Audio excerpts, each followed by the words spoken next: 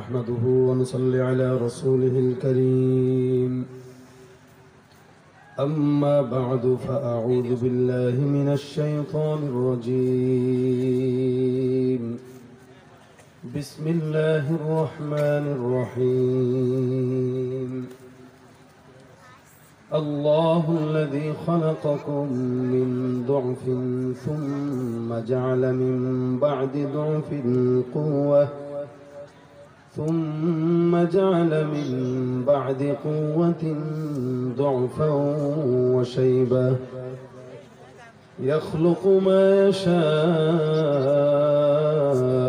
وهو العليم القدير.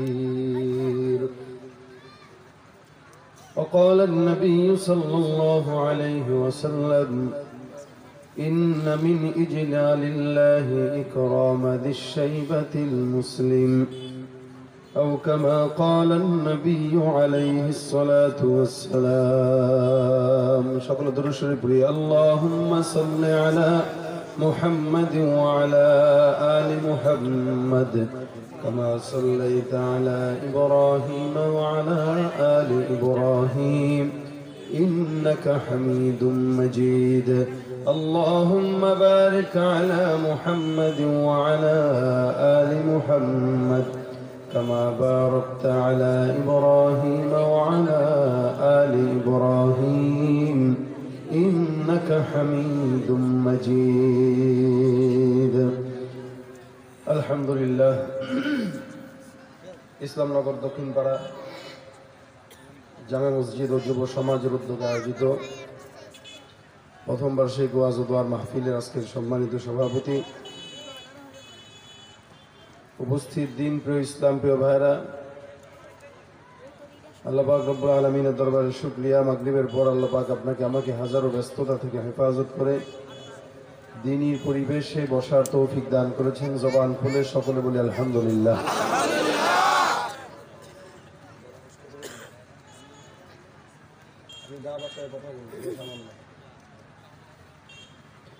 আল্লাহ পাকের মেহেরবানি, আপনারা অল্প কিছু সময়ে অল্প দিনের ব্যবধানে আজকের এই প্রোগ্রাম, শিডিউল যেহেতু মিলছে না, স্বাভাবিকভাবে 1 বছর আগে প্রোগ্রাম রাখা, সেক্ষেত্রে অল্প দিনের ব্যবধানে এই প্রোগ্রামের আয়োজন। তবে আয়োজন দেখে মনে হচ্ছে 1 বছর আগের থেকেই প্রিপারেশন নেওয়া। আলহামদুলিল্লাহ। আপনাদেরকে শিখায় দেওয়া লাগে গেলে জোরে বলেন আলহামদুলিল্লাহ। কোনটা শুনলে আলহামদুলিল্লাহ বলা লাগবে এটা বুঝেন না, গোল দেওয়ার আগে যে গোল গোল বলে চিৎকার দেন এটা ঠিকই বুঝেন। হ্যাঁ, ঠিক না অঠিক? ঠিক বললেও ঠিক, না বললেও ঠিক। জোরে বলেন ঠিক কিনা? গানের প্যান্ডেলে গিয়ে লাফাইতে হয় এটা ঠিকই বুঝেন। মাহফিলে এসে সুবহানাল্লাহ বলা লাগবে এটা বাঙালি জানে না। আমাদের দেশে কোরআন শরীফের আয়াত কয়টা? ইউটিউবে দেখলাম একজন প্রশ্ন করছে কোরআন শরীফে সূরা কয়টা? এক ভদ্রলোক জবাব দিতেছে 364টা। সুবহানাল্লাহ বলবেন না নাউজুবিল্লাহ বলবেন? আস্তে কোন? আরেকজন বলে সুবহানাল্লাহ। আমরা মাহফিল শিখাইতে হবে। মানে প্রথম বার্ষিক ওয়াজ মাহফিল, মানে এই এলাকায় কি মাহফিল হয় না আগে? খুব কম মাহফিল। এটা তো আমাদের ঐতিহ্য, মুসলমানদের ঐতিহ্য, ঠিক না? এটা করতে অনেকে বাধা দিতে চায়। অনেক মুসলমান নামের কিছু আবু জাহেলের নাতিপুতি সাগরেদ আছে যারা কোনো জায়গায় দ্বীনের বয়ান হবে এটা সহ্য করতে পারে না। আমি তাদেরকে বলবো, এই দুনিয়ায় যদি আবু জাহেলের নাতিপুতি থাকতে পারে, মনে রাখতে হবে এই বাংলার জমিনে আহমদ শফির রুহানি সন্তান না হচ্ছে। এই বাংলার জমিনে ওলামা একরামের রুহানি সন্তান আছে। প্রতিদিন মুসলমান থাকবে, ওলামা একরাম থাকবে। এই দেশ থেকে মাহফিল বন্ধ করা যাবে না, মসজিদ বন্ধ করা যাবে না, মাদ্রাসা বন্ধ করা যাবে না।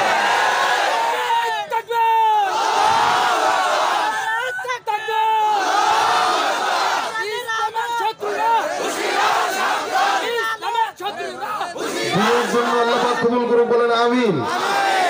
যে ব্যক্তি মুসলমান হওয়ার পরেও কোরআনের সূরা কয়টা এটা জানে না, ও নামে মাত্র মুসলমান, ও কামে ঠন ঠনা ঠন।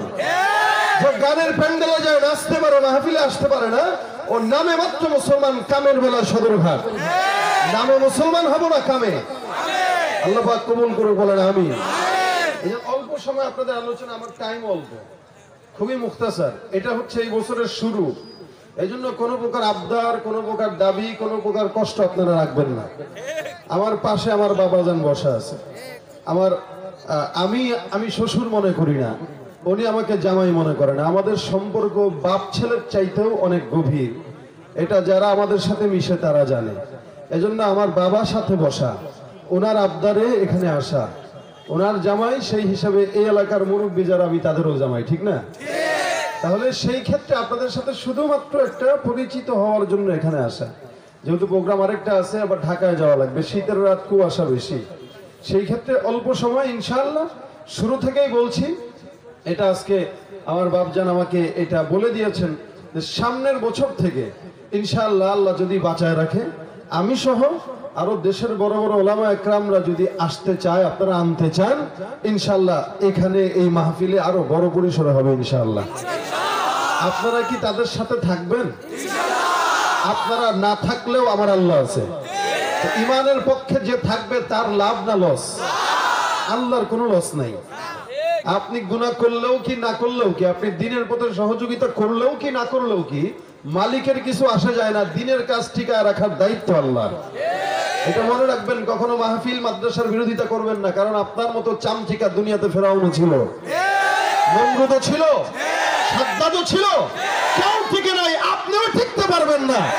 এজন্য ওয়াজ মাহফিলের বিরোধিতা না করে, মসজিদ মাদ্রাসার বিরোধিতা না করে, দিন আছে যেখানে আমরা থাকবো সেখানে, ঠিক কিনা? শাহজালালের নির্ভীক সৈনিকেরা খতম করো নাস্তিকেদের চালাচা মুন্ডাগুলা, ওলিদের এই ভূমিতে বিপ্লবেরই মশাল জ্বালা, ওলিদের এই ভূমিতে বিপ্লবেরই মশাল জ্বালা। ছুটে আয় শাহজালালের নির্ভীক সৈনিকেরা খতম করো নাস্তিকেদের চালাচা মুন্ডাগুলা, ঠিক কিনা?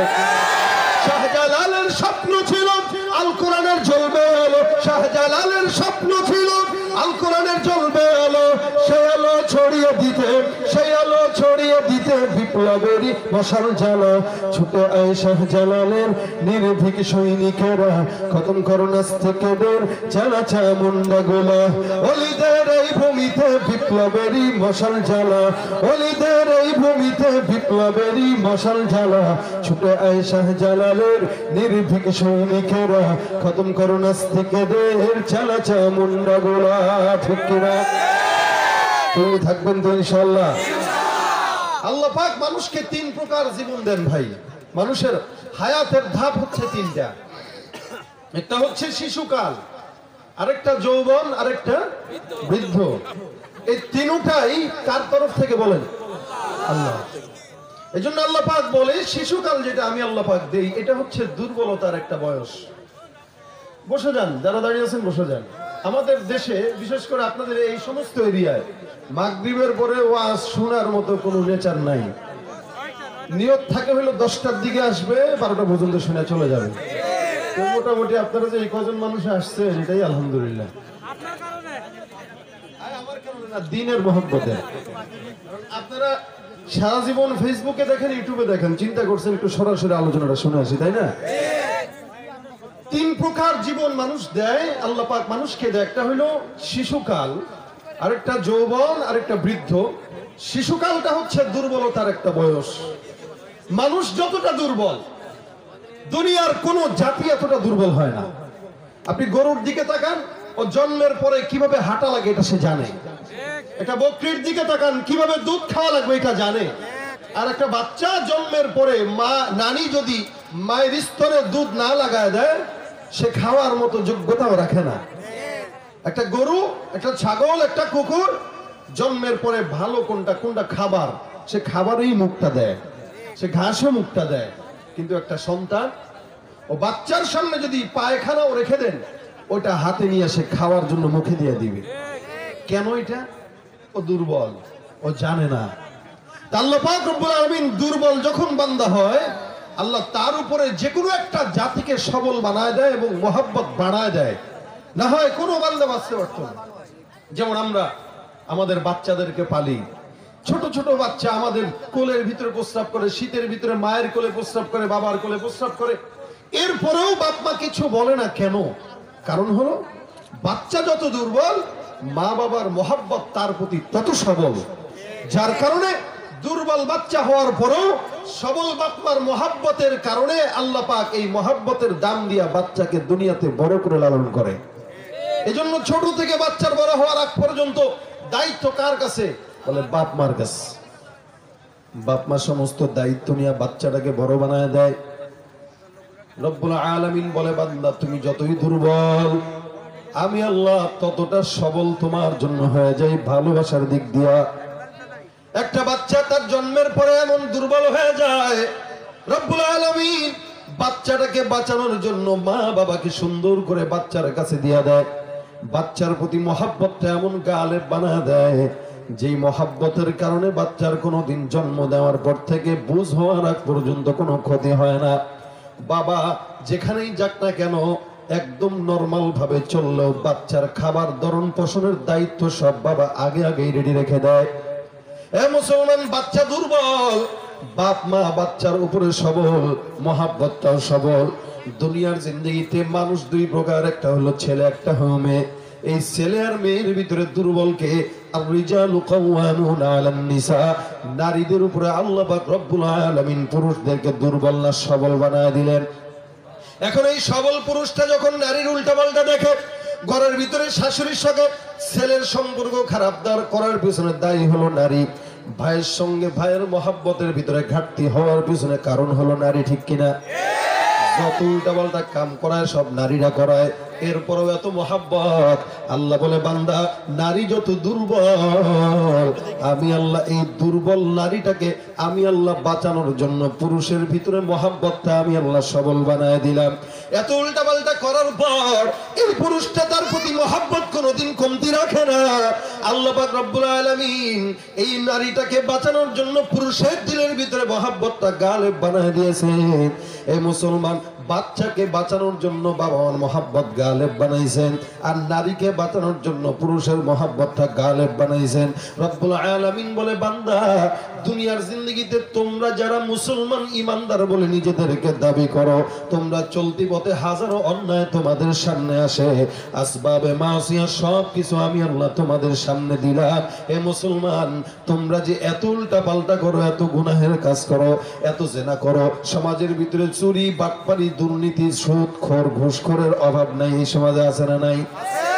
এত অন্যায় করে, উঠতে বসতে গুনাহ, ফিরতে গুনাহ, মাই খাইতে গুনাহ, মানুষের ভিতরে সমাজের ভিতরে দ্বন্দ্ব লাগায় দেয়, সুদ খায় ঘুষ খায়, এমন কোন গুনাহ নাই যেই গুনাহটা দুনিয়ার জিন্দগিতে বান্দা করে না।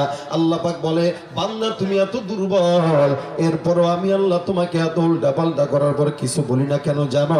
বলে, তুমি যতটা দুর্বল আমি আল্লাহর মহাব্বত তোমার প্রতি ততটাই সবল। এত সবল মহাব্বত যদি না থাকতো, হ্যাঁ দুনিয়ার বান্দা, দুনিয়ার জিন্দগিতে এত মহাব্বত যদি আমি আল্লাহ আমার দিলের ভিতরে তোমাদের জন্য না রাখতাম, একটা বান্দাও দুনিয়ার জিন্দগিতে ঠিক মতো বসবাস করতে পারত না। বান্দা তুমি যত দুর্বল, আমি আল্লাহর মহাব্বতটা ততটাই সবল। আল্লাহ পাক রব্বুল আলামিন বলেন, মহাব্বত নামক বস্তুটা আমি আল্লাহ পাক রব্বুল আলামিন যখন বানায় দিলাম, এটাকে 100 ভাগে ভাগ করলাম। কয়শো ভাগ? জোরে বলেন। মহাব্বতের বস্তুটা আল্লাহ পাক রব্বুল আলামিন 100 ভাগে ভাগ করলেন। রব্বুল আলামিন বলে, 100 ভাগের 1 ভাগটাকে আমি আল্লাহ দুনিয়ার সব জায়গায় ছড়ায় দিলাম। মানুষের ভিতরে 1 ভাগ আছে, জিন জাতির ভিতরেও সেই 1 ভাগটা আছে, গোটা আসমান জমিনের ভিতরে আমি আল্লাহ মহাব্বতের 1 ভাগটা আমি আল্লাহ পাক রব্বুল আলামিন ছড়ায় দিলাম। বাকি থাকলো কয় ভাগ? এই 99 ভাগটা কার ভিতরে জানেন নাকি? রব্বুল আলামিন বলে, বান্দা দুনিয়ার জিন্দগিতে 100 ভাগের মহাব্বতটা একটা আমি আল্লাহ সমস্ত দুনিয়ার ভিতরে দান করলাম। বাকি যেই 99 ভাগটা আমি আল্লাহ আমার ভিতরে রাখলাম, এই বাকি 99 ভাগটা কেবলমাত্র বান্দা তোর মতো গুনাহগার বান্দাকে আমি আল্লাহ ক্ষমা করার জন্য মালিকের দিলের ভিতরে ঢোকায় দিলাম। ভাইরা ভাইরা, তোরা মহাব্বত অন্য কারো দিলে আছে নাকি? জোরে বলেন তো। সন্তানের প্রতি বাবার তোরা মহাব্বত নাই, বিবির প্রতি স্বামীর তোরা মহাব্বত নাই। এ মুসলমান, কার পিছনে দৌড়ান? এ মুসলমান, কার গোলামি করেন? দুনিয়ার জিন্দগিতে বাঁচতে হলে গোলামি করতে হবে কার? ভাইরা আমার, দিল্লির গোলামি না, আমেরিকার গোলামি না, আমেরিকার পা চাটা যাবে না, দিল্লির পা চাটা যাবে না। গোলামি যদি করা লাগে, যার খাই, যার পরি, যার দুনিয়ায় বসবাস করি, যার জমিনের খাই, যার আসমান থেকে বৃষ্টি পায়, আল্লাহ পাক রব্বুল আলামিনের এই দুনিয়াতে গোলামিও যদি করা লাগে, গোলামি চলবে কার? ভাইরা আমার, দুনিয়ার জিন্দগিতে আমাদেরকে বাঁচাইলো কে? জোরে বলেন কে? আল্লাহ নামটা নিতে খারাপ লাগে না, ভালো লাগে? আদম পয়গম্বর থেকে মুহাম্মদুর রাসূলুল্লাহ পর্যন্ত একটাই নাম চলেছে। আদম পয়গম্বর দুনিয়ার জিন্দগিতে বলেছেন আল্লাহ, ঈসা পয়গম্বর দুনিয়ার জিন্দগিতে নিয়েছেন আল্লাহ, ইব্রাহিম পয়গম্বর বলেছেন আল্লাহ, মুসা পয়গম্বর বলেছেন আল্লাহ, দুনিয়ার পয়গম্বর বলেছেন আল্লাহ, হুদ পয়গম্বর বলেছেন আল্লাহ। সমস্ত নবী রাসূলদের মুখের জিকির ছিল একটাই মাত্র আল্লাহ। আল্লাহ পাক রব্বুল আলামিনের এই দুনিয়ায় আজও পর্যন্ত আমরাও জিকির করি আল্লাহ। কিয়ামত পর্যন্ত জিকির হবে কার? তোমার মতো প্রিয় বন্ধু যার হৃদয়ে রয়, তার কি আর থাকতে পারে, তার কি আর থাকতে পারে দুঃখ কষ্ট ভয়।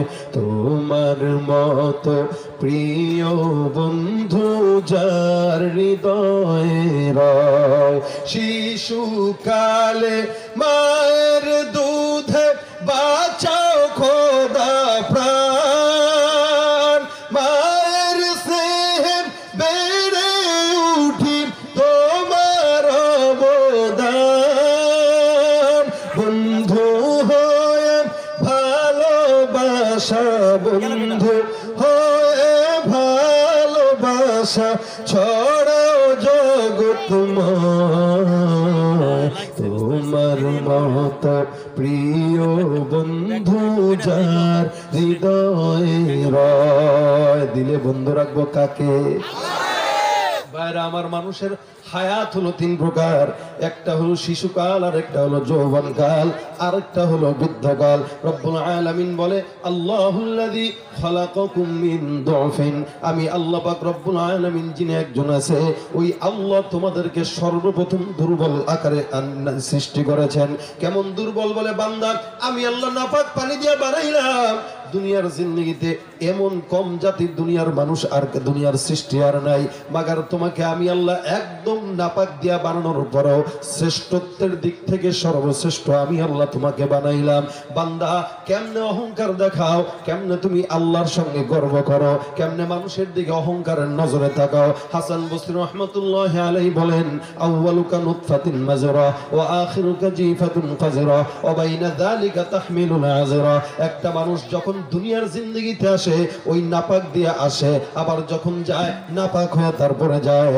আর মাঝখানে জন্ম মৃত্যুর মাঝে পেটের ভিতরে যেগুলা নিয়ে ঘুরে বেড়ায়, সব হলো নাপাক আর নাপাক। সুতরাং অহংকার তোমার দ্বারা সাজে না, অহংকার এমন একজনের দ্বারা সাজে যেই মালিকটা এক বাক্যে একদিন নির্দ্বিধায় বলতে পারে, সমস্ত দুনিয়ার মালিক হলাম আমি আল্লাহ। এ মুসলমান, আপনি এতটুকু বলতে পারবেন ইসলামনগরের মালিক হলো আপনি, এখানের চেয়ারম্যান আপনি, এখানের মেম্বার আপনি, অথবা এতটুকুন বলতে পারবেন বাংলাদেশের প্রধানমন্ত্রী আপনি, এর বাহিরে আপনার কোনো রাজত্ব নাই। আর মালিক বলে লিমানিল মুলকুল ইয়াউম লিল্লাহিল ওয়াহিদিল কাহ্হার। গোটা দুনিয়ার মালিক কে? আল্লাহ, এছাড়া অন্য কারো নাই। এই জন্য দুনিয়াতে যদি আইন চলে, চলবে কার? দুনিয়াতে যদি গোলামি চলে, চলবে কার? মুসলমান, একমাত্র আল্লাহর গোলামি চলবে। এই জন্য আল্লাহ পাক তাওহীদের বাড়ি মানুষকে শিক্ষা দেয়, বান্দা তুমি জবান দিয়া যখন স্বীকারোক্তি করবা, জন্মের পরে তোমার প্রথম যখন জবান ফুটবে, এই কারণে জবান দিয়া স্বীকারোক্তি দিয়া দিবা লা ইলাহা ইল্লাল্লাহ মুহাম্মাদুর রাসূলুল্লাহ। আর তুমি যখন জন্মগ্রহণ করবা, তুমি যদিও জবান দিয়া স্বীকারোক্তি নিতে পারবা না, কিন্তু ইসলাম বিধান দিয়েছে কানের ভিতরে আল্লাহু আকবার ধ্বনির আওয়াজ দিয়া তোমার মুসলমানিত্বর পরিচয় আপনার আমার কানে দেওয়া হয়েছে না হয় না? প্রত্যেকটা মানুষের কানে এই পরিচয় আগে দেওয়া হয়েছে যে তুমি কে, তোমার ধর্ম কি, তোমার পরিচয় কি। তার মানে আল্লাহু আকবার আযান আমার কানে লাগা মানে আমি একজন মুসলমান ঘরের মুসলিম সন্তান, ঠিক না? আপনি কথা যখন বলতে পারেন না তখনও আপনার কানে একই আওয়াজ, আপনি জবান যখন চালু করলেন তখন আপনার জবানে এক আওয়াজ, আপনার মরণের পরেও যখন সর্বপ্রথম জানাজার নামাজে দেওয়া হবে তখনও একই আওয়াজ, আল্লাহু আকবার। মাঝখানে আপনি যদি চিন্তা করেন আরে এই দুনিয়াতে থেকে এত আল্লাহর গোলামি করে লাভ নাই, গোলামি কর, নেতার গোলামি কর, আমি বলবো নেতার গোলামি করে কোনো মানুষ কিছু পায় নাই। ততক্ষণ নেতা আপনাকে ডাক দিবে যতক্ষণ আপনাকে স্বার্থের ভিতরে পাবে ততক্ষণ। কার পিছনে দৌড়ান? আপনি কার পিছনে ঘুরেন মনে করছেন মাস শেষে 10,000 টাকা আপনি চা খাওয়ার নাস্তা পাবেন টাকা? আপনি মনে করছেন এই চোরে আপনারে টাকা দিবে? মনে করছেন শিল্পপতি যে মানুষের সুদের টাকা দিয়া 10 তলা বিল্ডিং বানায় সে আপনাকে টাকা দিবে মনে করেছেন কি? আরে যে মানুষের টাকা চুরি করে রাতারাতি আঙুল ফুলে কলা গাছ হতে পারে, বুঝতে হবে সুযোগ পেলে আপনার যা আছে সব চুরি করে সে নিয়ে যাওয়ার ধান্দা থাকবে। এজন্য যার তার পিছনে দৌড়ায়েন না। আল্লাহ বলে কার পিছনে দৌড়াও? সব ফকির, ধনী একমাত্র কে? ইন্নাল্লাহা গনিয়্যুন ওয়া আনতুমুল ফুকারা। দুনিয়াতে সব ফকির নেই, আমি ফকির, আমার বাপ ফকির, আমার 14 গোষ্ঠী ফকির। ধনী যদি থাকে কে? কার পিছনে দৌড়ান? মনে করছেন আল্লাহর পিছনে দৌড়ায় লাভ নাই? এই কথা ইহুদিরাও বলতো, এই কথা অন্যরাও বলতো যে কি ব্যাপার এত মানো মোহাম্মদকে, তো এত জানো সত্য নবী মানো না কেন? মোহাম্মদের মানি নাই কারণ ওর কাছে গেলে টাকা পয়সা নাই। ইসলামে টাকা পয়সা নাই। ইসলামে আসবেন যখন টাকা দেওয়া লাগবে আপনার। এই যে মাহফিলে আসছেন নিজের টাকা খরচ করে আসছেন, আবার যাবেন নিজের টাকায়, আবার কিছুক্ষণ পরে হয়তো বলতেও পারে ভাই মাহফিলের জন্য কিছু দেন, এটাও দিবেন নিজের টাকা। ইসলামীটা হলো ওইটা, ঠিক না? আর অন্য জায়গায় গেলে টাকা পাওয়া যায় অন্য কোন, বলে এটাই হলো মুসলমানের ঈমান। মুসলমান তার জান আর মালের বিনিময়ে ইসলামকে সারা দুনিয়ায় ছড়া দেওয়ার জন্য কুরবান হতে তৈয়ার হয়ে যায়, ঠিক কিনা? এটা হলো আমাদের ইসলামের শিক্ষা। আমরা জান মাল দিয়ে দেই, এটা আল্লাহর সঙ্গে বিজনেস করি। আল্লাহ বলেন ব্যবসা করা লাগে আমার সঙ্গে করো। দুনিয়াতে দোকান দিছে একটা 5 লাখ টাকা দিয়া, এই দোকানে বারবার লস খায়, আবার আরেকটা দেয়। এক দোকানে লস খাইছে আরেক দোকান দিছে, আরেকটা খাইছে আরেকটা দিছে, লাভ নাই। সারা জিন্দেগি খালি লসের উপরে আছে, লসের উপরে আছে, লসের উপরে আছে। আল্লাহ বলে লস খাওয়া বাদ দে, ব্যবসা কর আল্লাহর সাথে। ইন্নাল্লাহা আশতারা মিনাল মুমিনিনা আনফুসাহুম ওয়া আমওয়ালাহুম বিআন্না লাহুমুল জান্নাহ। তুমি আমাকে জান দাও, মাল দাও, বিনিময়ে আমি আল্লাহ তোমাকে জান্নাত দিয়ে দিব। বিজনেস কার সঙ্গে হবে? ঠকা হবে কোনোদিন? আল্লাহ পাক বলেন বান্দা দুর্বলকে বানাইলাম, দুর্বলতা হওয়ার পর এত দুর্বল করে দুনিয়ার জিন্দেগিতে তোমাকে আমি আল্লাহ পাক রব্বুল আলামিন সৃষ্টি করলাম। এর মাঝখানে দুর্বল হয়ে গেলা, এখন খাইতে জানো না, পড়তে জানো না, কথা বলতে জানো না, 12-14 বছর হয়ে গেল। এখন তোমাকে আমি আল্লাহ বালেগ বানায় দিলাম, এখন তোমার আকল আছে, এখন তুমি ভালো মন্দ বুঝো, এখন তোমার শক্তিও হয়ে গেল। আমি আল্লাহ তোমাকে এখন কুওয়াত দান করলাম, আমি আল্লাহ শক্তি দান করে দিলাম। এতদিন তুমি ছিলা দুর্বল, এখন হয়ে গেছে শক্তিশালী। দুর্বলতার জিন্দগির পর শক্তিশালী যখন হইলা, এই শক্তিশালী হওয়ার পর এখন মাইকটারে সামনে নিয়ে বলে হাত ভেঙে দেব। আল্লাহ পাক রব্বুল আলামিন বলে যে হাতের বাহুর শক্তি দিয়ে জনগণের হাত ভাঙতে চাও, এই হাতটা কিন্তু একদিন বুড়া হয়ে দুর্বল হয়ে যাবে, সেদিন দেখা যাবে হাতের ভিতরে জোর কত। সুতরাং শক্তি পাইলেই খালি মানুষের মারতে যায় না, একদিন আপনিও দুর্বল হবেন। যত মানুষদেরকে দেখতেছেন ডানে বায়ে মুরব্বি দাড়ি পাকা হয়ে গেছে, ইনারাও এক সময় আমার মতো টকবকে যুবক ছিল, ঠিক না? হাঁটতে গেলে মাজা ব্যথা, উঠতে যাই গেলে ব্যথা, বসতে গেলে ব্যথা, এখন আর দাপটাকের মতো নাই। আগে এক সময় ইসলামনগরে চড়ায় খাইছে, মানুষ তার ভয়ে কাঁপতো থরথর করে, এখন আর মানুষ তার ভয়ে কাঁপে না, এখন সে অন্যের ভয়ে কাঁপে। কি বলেন, সমাজে এরকম আছে না? এক সময় তো শক্তি থাকবে। রাসূল বলেন শক্তি থাকলেই গাঞ্জা টানিস না বেটা, শক্তি থাকলেই মদ খাইস না, শক্তি থাকলে কি করবা? অসাবুল ইবাদাতিল্লাহি তাআলা। 7 প্রকার মানুষকে আল্লাহ পাক কিয়ামতের ময়দানে আল্লাহর আরশের নিচে ছায়া দান করবে। এর ভিতরে এক প্রকার ওই যুবক, যেই যুবক তার সারা জিন্দেগি আল্লাহর ইবাদতের ভিতরে কাটাইছে। ওই যুবক আল্লাহ পাক রব্বুল আলামিনের হাবিব বলেন তাদেরকে আল্লাহ পাক কিয়ামতের ময়দানে আরশের নিচে ছায়া দান করে দিবে। সুতরাং যৌবনটা পাইলে আল্লাহর ইবাদতে কাটাইতে রাজি আছি না ইনশাআল্লাহ? এই যৌবনের ইবাদতের আলাদা একটা দাম। যৌবন বয়সে আসরের ওযু দিয়ে এশার নামাজ পড়া যায়, ঠিক না? আর মুরব্বি বয়সে এক নামাজের জন্য 3 বার ওযু লাগে। যখন বুড়া যারা আছে, দাড়ি থুটথুর হয়ে গেছে, বদনা একটা দিয়ে পানি দিবেন, ওযু করতেছে, হাত ধুইছে, মুখ ধুইছে, কুলি করছে, নাকে পানি দিছে,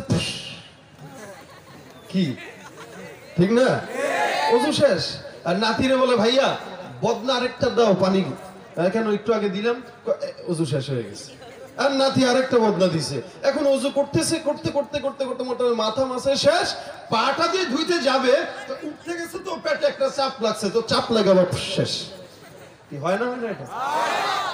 এখন দেখে নাতিরে তো 2 বার বলছি, 3 বারের বেলায় কিছু আর বলা যাবে না। তো সুতরাং এখন নিজেই কল চাপতেছে, আর নাতি আওয়াজ পাইছে, কি ব্যাপার দাদা? ভাইয়া যুদ্ধ শেষ হয়ে গেছে। কে এত ঢিলা খে বুড়া? হ্যাঁ বেটা তুইও বুড়া হবি এক সময়, ঠিক না? জোয়ান এশার নামাজের ওযু আজান হইছে, ও দৌড় মারা মসজিদে চলে গেছে। কি রে ওযু করলি না? আসরের সময় তো ওযু করছি। এক ওযু দিয়া 3 ওয়াক্ত, আর মুরব্বি এক নামাজের 3 বার ওযু। এটাই হলো যৌবনের ইবাদত আর মুরব্বির ইবাদতের পার্থক্য। যৌবন বয়সে গানের প্যান্ডেলে দিতে খুব মজা, ফাইটটা যায়, গ্রাম দেশে আছে না নাই? জায়গায় জায়গায় জায়গায় জায়গায় মোট কি বলে যাত্রা গান, পালা গান, শুধু গান না, আবার ওখানে যায় বলে গান বাজনা কোন কোরআনে হারাম বলছে, দেখাও আমাদেরকে। সেদিন একটা ভিডিও দেখছেন নি? একজন বলতেছে গান বাজনা কোন জায়গায় হারাম দেখান। ও পায় না হারাম কোন জায়গায়, ওরা দইটা লাগাতার ম্যারাথন ফ্রিডম দেওয়া লাগবে, তাহলে সোজা হবে। কোন জায়গায় জায়েজ বলছে তুই এটা দেখা। ইসলাম এতটা অসহায় হয়ে গেছে, মুচি পর্যন্ত ফতোয়া দিতে চায়, রিকশা চালক ফতোয়া দিতে চায়। আরে চায়ের দোকানে এসে পিরিছে আপনারে আর বলে ফতোয়া আমরাও জানি, হুজুর একা জানে? একা একা মাদ্রাসায় পড়ছে, এই ঘরে আলিফ বাতাসা শিখছে না? কাহিনী তো এটাই হবে। হুজুররা একা জানে, আমরা জানি না। তুমি জানতে জানতে জানোয়ার হয়ে গেছে, জানোয়ার।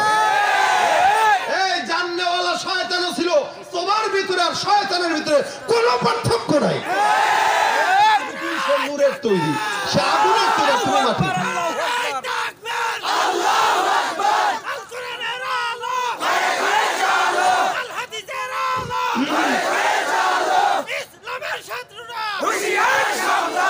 আচ্ছা, গান আপনাদের মতে কি বলে, জায়েজ না হালাল? হালাল না হারাম? সারা দুনিয়ার মানুষ যদি বলে হালাল, কথা বলেন।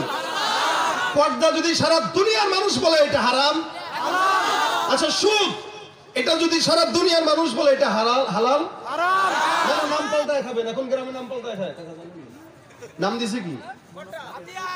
এই সুদের নাম দিছে ইন্টারেস্ট। আপনারা খান তো ইন্টারেস্ট না? জানি না আমি। চাচা চাইছে মুরব্বির কাছে 10,000 টাকা দেন ধার। মুরব্বি কয় টাকা নাই বাজান। কাকা দেন না, খুব বিপদে পড়ছি। সত্যি কথা, তুমি যদি কালকে চাইটা দিতে পারতাম, একটু আগে দিয়ে আসছি একজনের টাকা। এখন চাইতে চাইতে চাইতে চাইতে যখন কয় কাকা 10,000 টাকা দেন, 1,000 টাকা বাড়তি দিব, দেখি তোমার শাশুড়ির কাছে আছে নাকি।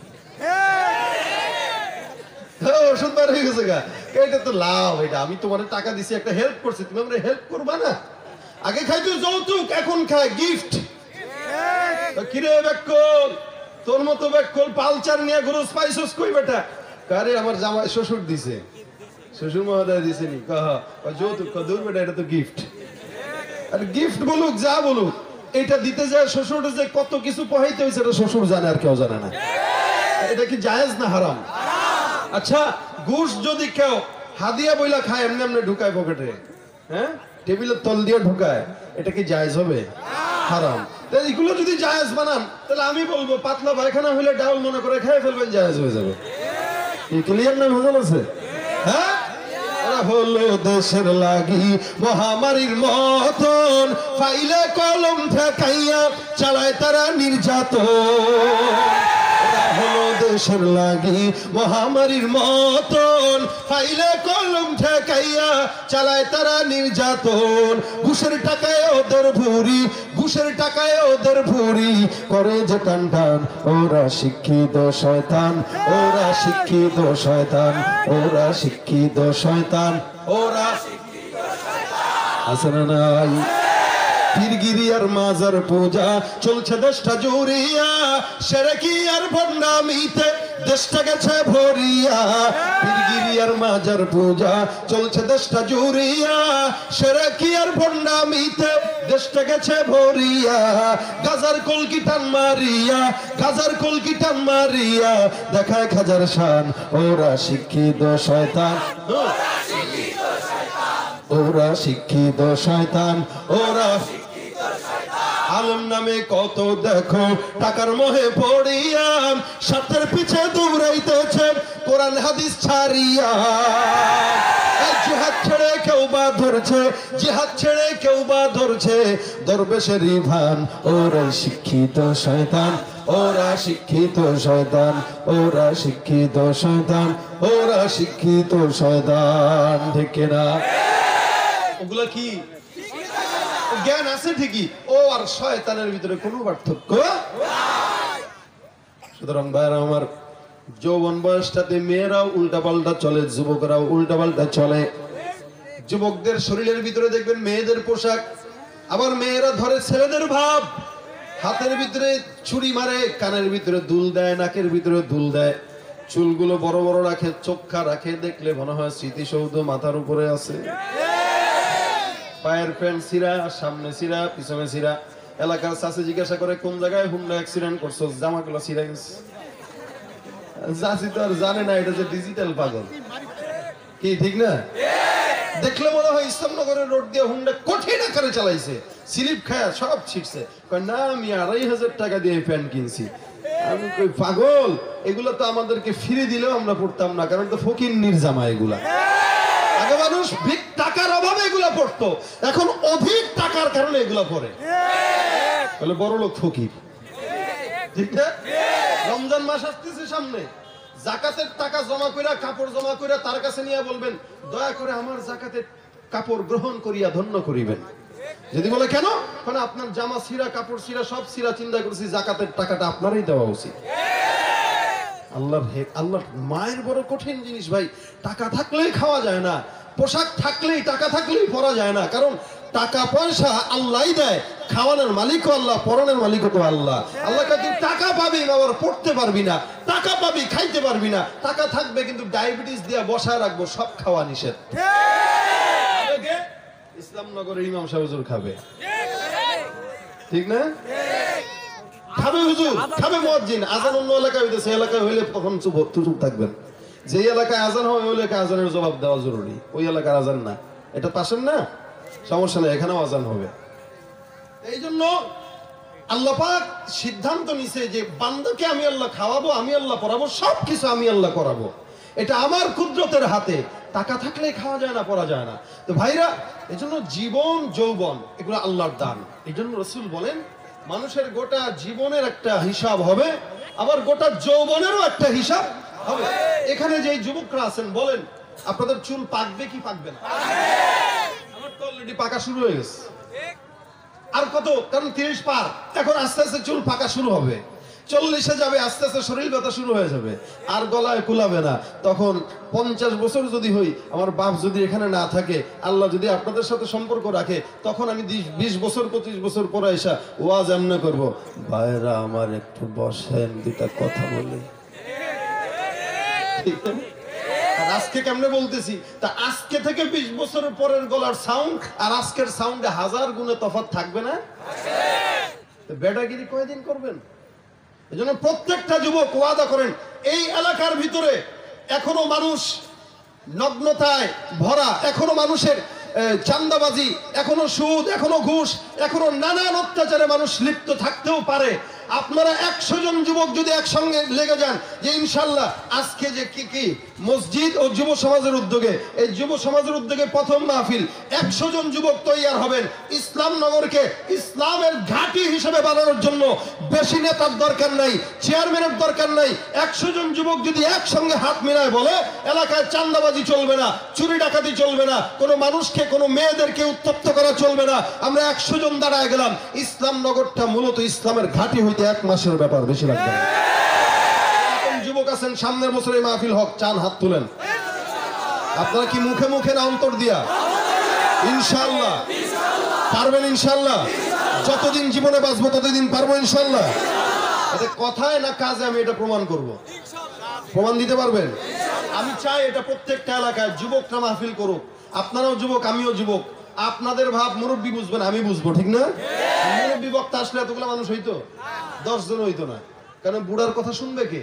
কারণ মুরব্বীদের জন্য মুরব্বীরা টেকসই, যুবকের জন্য যুবকরা টেকসই। যেহেতু আমি যুবক, আপনারা যুবক, যুবকদের উচিত সমাজকে সুন্দর করে চালানো, ঠিক না? বেশি বেশি গাঞ্জা টানবেন কেন? বাপরে বাপ, ফতুয়া মারতেছে, আবার ঠিকই মারে। সিগারেট টানবেন বেশি বেশি। মাশাআল্লাহ, আল্লাহ পাক যেন যুবকদেরকে কবুল করে। আমি এখানে যুবক, আজকে যারা যুব কমিটি আছে, মাহফিলের সাথে সদস্য যারা, এরা হাত তুলেন তো, কারা কারা আছেন শুধু মাহফিলের সাথে সম্পৃক্ত? সব স্বেচ্ছাসেবকরা বাইরে, এখান থেকে কেউ নাই। আপনারা কি এলাকার না বাহিরের? সব বাহিরে। মাশাআল্লাহ, আপনাদের এলাকারও আছেন, এলাকারও আছে, বাহিরেরও আছে। বাহিরেরই বেশি, ঠিক না? বাহিরেরই বেশি, দূর থেকে আসছে। আপনারা যেহেতু মিস্টেক হয়েছে, কারণ আমি জানি সামনে থেকে মানুষ আরো আসবে। এখন মানুষ মনে করতেছে আমি হয়তো 9টার দিকে উঠবো, এই কারণে আসা শুরু হয়, নইলে ইনশাল্লাহ প্যান্ডেল ভরে যাইতো। বাকি তারা এটা তো শুনবে যে আজকে আসছে আলহামদুলিল্লাহ। আমার ফোন দিয়া বলা হচ্ছে যে তোর একটা ভিডিও পাঠান আমাদেরকে, আমরা এটা ছাড়বো। বলে কেন?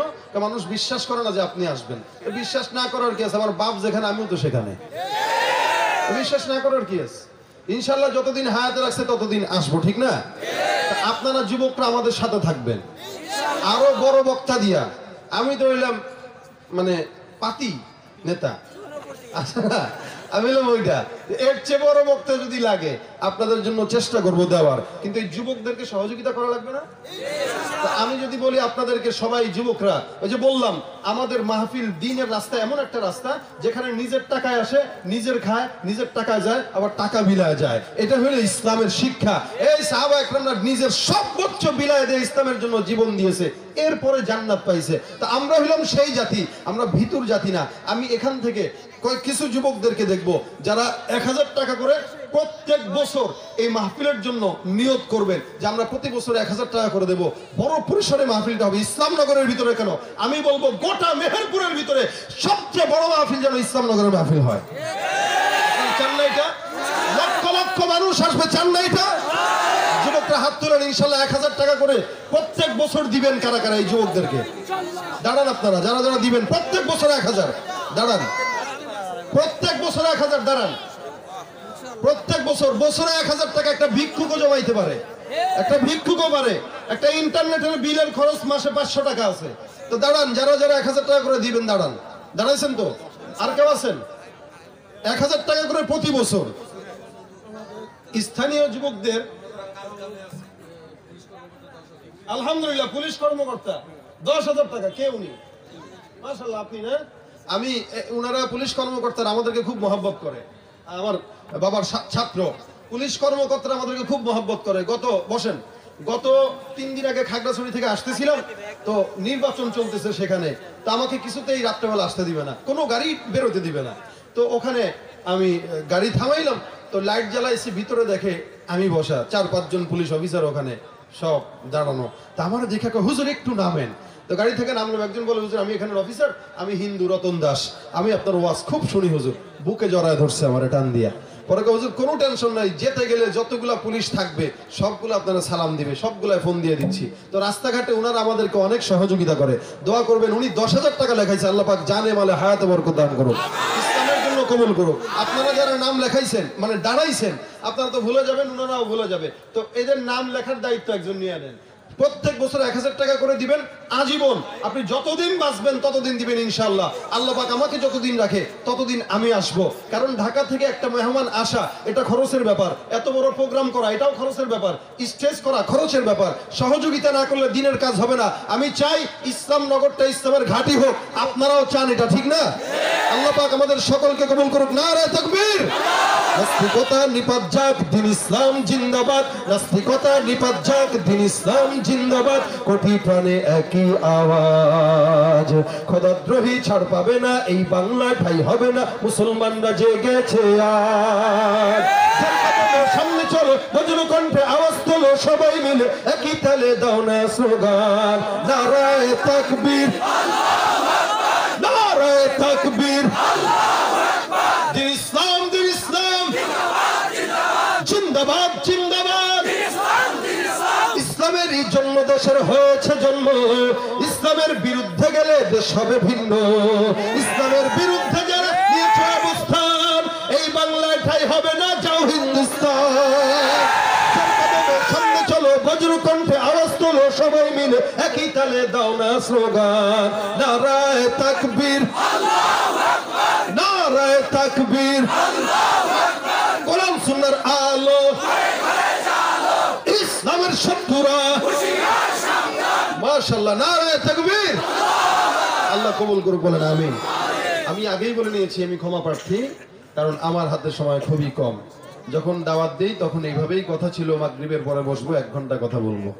এখন যেহেতু আমার সেই জিনেদার শেষ প্রান্তে যাওয়া লাগবে, শীতের রাত, মানুষ মাহফিল বেশি পর্যন্ত করে না, তবে আপনারা এশার নামাজের বিরতির পর আবার এই মাহফিল আগের মতোই হবে, যাবেন না থাকবেন বলেন?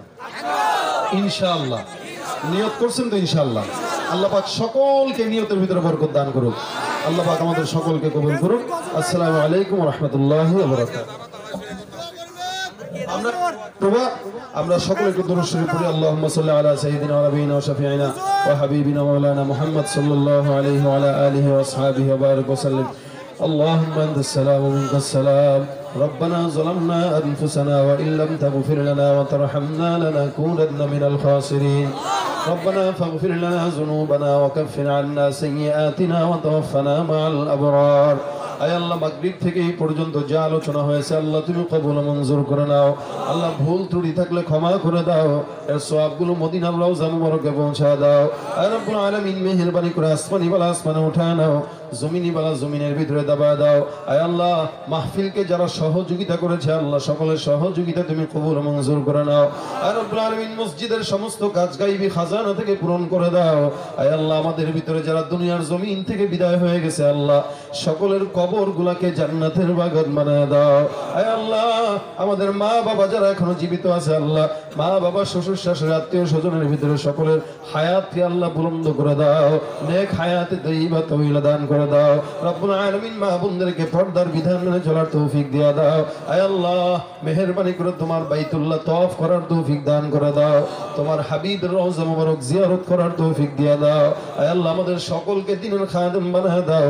আল্লাহ, যারা মাহফিলকে সহযোগিতা করেছে আল্লাহ সামনের বছরে সহযোগিতা করবে নিয়ত করেছে, প্রত্যেকের সহযোগিতা তুমি কবুল মঞ্জুর করে নাও। রব্বিরহামহুমা কামা রাব্বায়ানি সগীরা। সুবহান রাব্বিকা রাব্বিল ইজ্জাতি আম্মা ইয়াসিফুন ওয়া সালামুন আলাল মুরসালিন আলহামদুলিল্লাহি রাব্বিল আলামিন। আসসালামু আলাইকুম ওয়া রাহমাতুল্লাহ।